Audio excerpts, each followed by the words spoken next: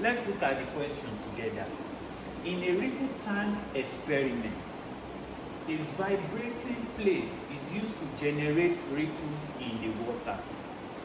If the distance between two successive troughs is 3.5 centimeters, two successive troughs.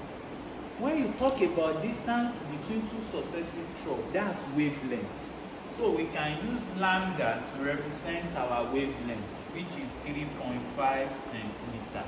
You can define wavelength as the distance between two successive troughs of a wave, or distance between two successive crests of a wave. It can also be defined as the distance between two successive compressions or two successive rarefactions of a wave. So our wavelength is 3.5 centimeters.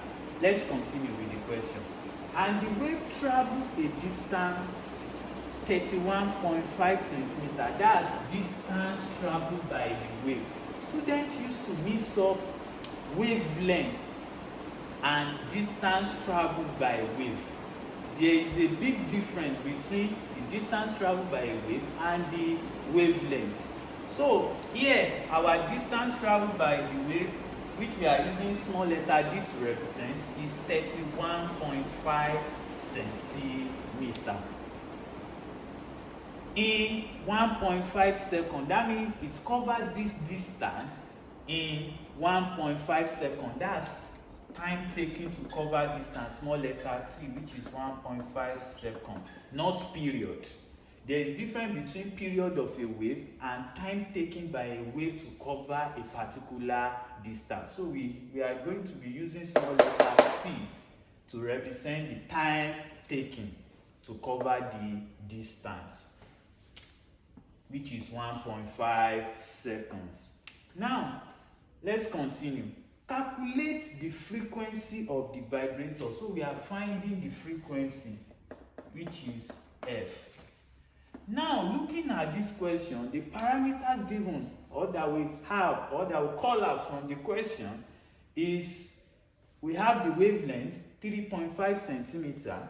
We have the distance traveled by the wave, which is 31.5 centimeters. We have the time taken to cover this distance, which is 1.5 seconds, and we have the frequency. Now, the formula that suits this, we will first find the velocity of the wave first, or the speed of the wave. And from definition of velocity, or from definition of speed, speed is distance over time taken, right?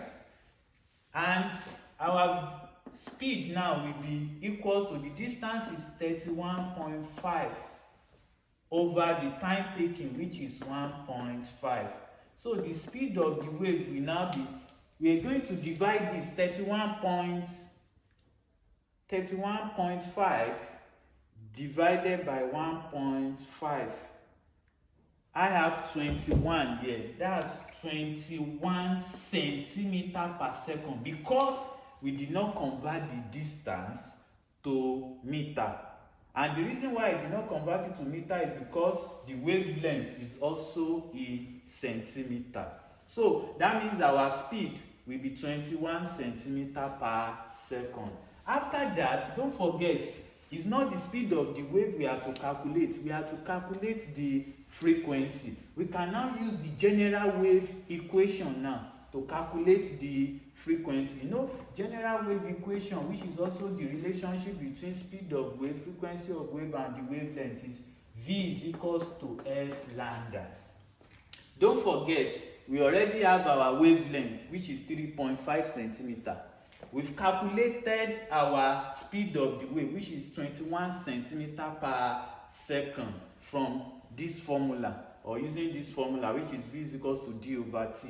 Now, we can now substitute our values. Our velocity is 21, which equals to the frequency is what we want to find. That's our unknown in the expression here, times the wavelength. The wavelength is 3.5. Don't forget, this one is in centimeter, This one is in centimeter per second, so it's not necessarily important to convert here since the wavelength is in centimeter and our velocity is in centimeter per second.